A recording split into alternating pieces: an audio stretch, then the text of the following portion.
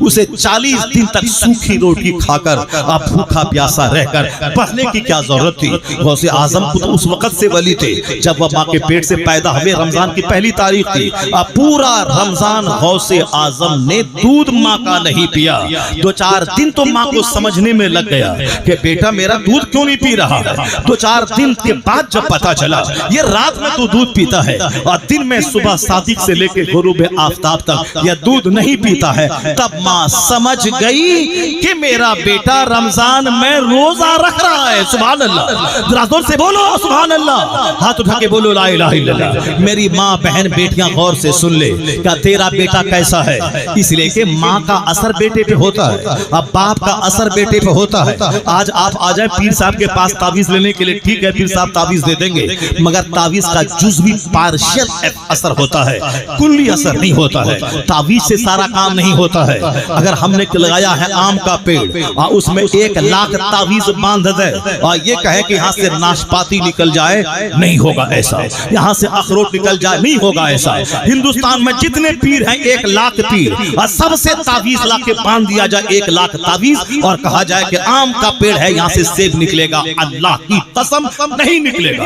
اگر کوئی اللہ کا ولی نکال دے تو وہ کرامت ہے, اور کوئی نبی نکالتے تھے تو وہ معجزہ ہے. تو معجزہ عادتاً نہیں ہوتا ہے, عادت کے خلاف جو ہو وہ معجزہ ہے. اگر نبی عادت کے خلاف کوئی کام کرے یعنی خر کے عادت کے طور پر وہ معجزہ ہے. جیسے انگلی کی کھائی سے پانی کا چشمہ جاری نہیں ہوتا ہے, جنرلی عادتاً جاری نہیں ہوتا ہے. آسمان سے بارش برستا ہے, سمندر سے پانی نکلتا ہے, زمین سے پانی نکلتا ہے, یہ انگلی سے پانی نہیں نکلتا ہے. مگر حضور نے دیکھا 1400 جانثار پیاسے ہیں اور سب پریشان ہیں, تو سرکار نے پانی کا پیالہ مانگا, اس میں انگلی ڈال دی, پھر کیا تھا انگلی کی کھائیوں سے پانی کا چشمہ پھوٹ پڑا. سارے صحابہ نے پانی پیا, وضو کیا اور پانی کو برتن سے بھر لیا. پوچھا گیا جناب جابر سے کہ کتنے لوگ تھے, کہا ہم لوگ اگر 1 لاکھ بھی ہوتے تو وہ پانی ہمارے لیے کافی ہو جاتا. یہ ہے معجزہ مصطفیٰ کا. یہ عادتاً یہ کام نہیں ہوتا ہے کہ انگلی سے پانی نکل جائے, پر حضور نے نکالا, یہ معجزہ ہے. یہ معجزہ اس بات کی دلیل ہے کہ مصطفیٰ اللہ کے نبی ہے, تو نبوت کی دلیل ہے یہ معجزہ. عادتاً ایسا نہیں ہوتا ہے. اگر اللہ کے ولی کسی سوکھے پیڑ سے کھجور نکال دے تو یہ کرامت ہے, عادتاً ایسا نہیں ہوتا ہے. عادتاً کیا ہوتا ہے, آم کے پیڑ سے آم نکلتا ہے, کھجور کے پیڑ سے کھجور نکلتی ہے, سیب کے پیڑ سے سیب نکلتا ہے, گیہوں کے دانے سے گیہوں نکلتا ہے, دھان کے دانے سے دھان نکلتا ہے. یعنی جیسی زمین ویسی فصل, جیسا درخت ویسا پھل.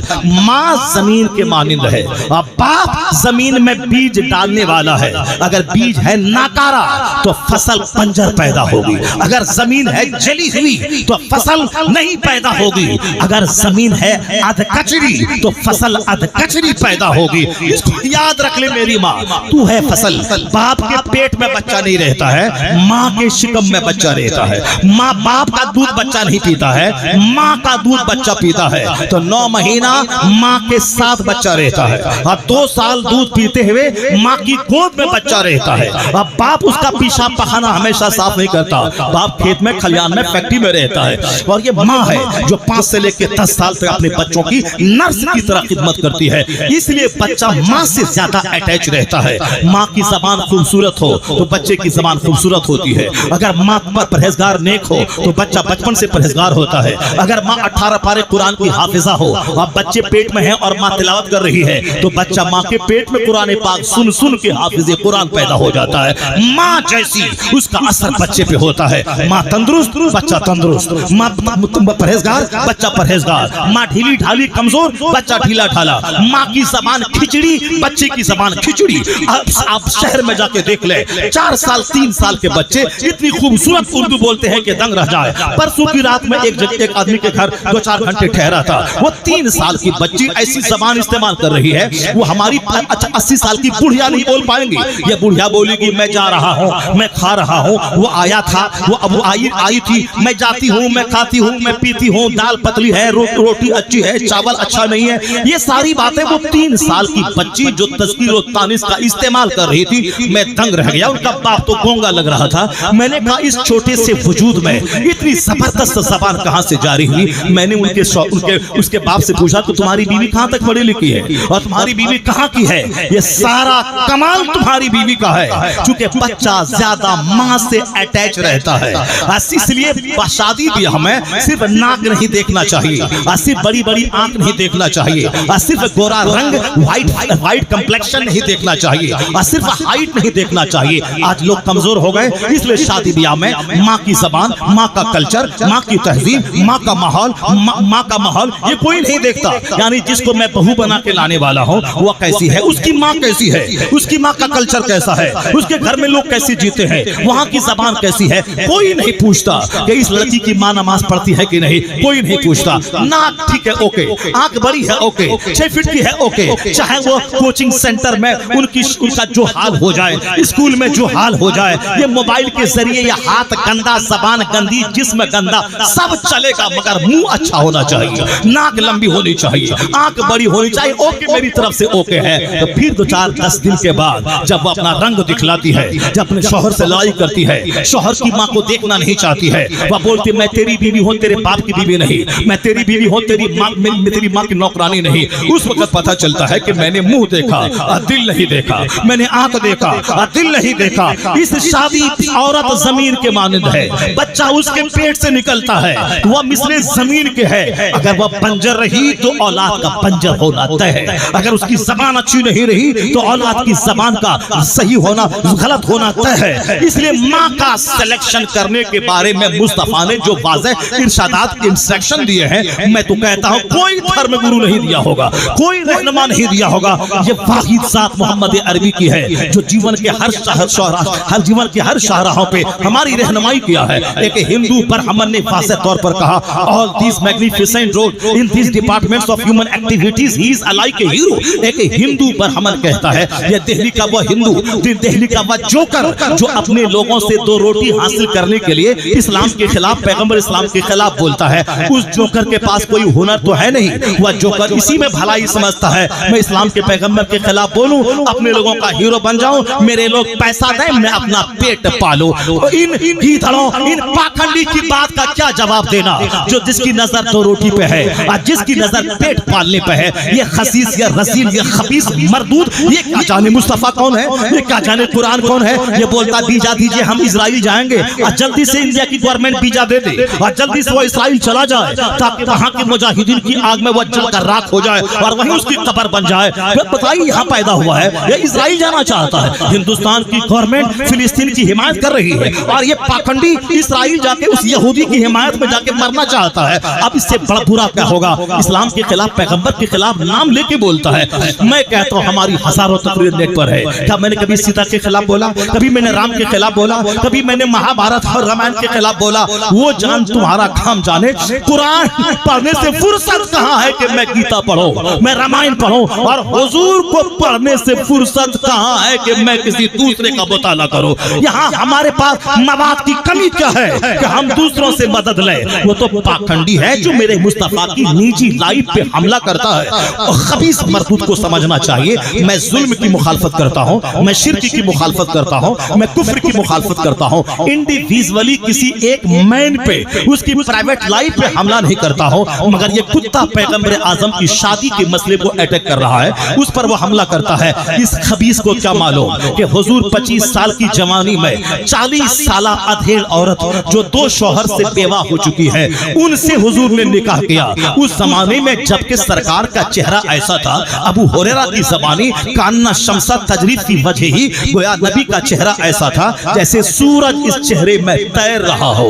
جس نے مصطفیٰ کو دیکھا, ان کا اسٹیٹمنٹ ہے. جابر ابن سمورہ کہتے ہیں رات تھی, 14ویں رات کا چاند چمک رہا تھا, حضور کے جسم پہ سرخ دھاری دار چادر تھی. میں کبھی چرکار کا چہرہ دیکھتا اور کبھی 14ویں رات کا چاند دیکھتا, فیصلہ نہیں کر پا رہا تھا کہ زیادہ حسین کون ہے. تو میرے دل نے کہا وَوَجْهُ أَحْسَنُ مِنَ الْقَمَرِ, مصطفیٰ کا چہرہ تو چاند سے زیادہ خوبصورت ہے, چاند سے زیادہ خوبصورت مصطفیٰ.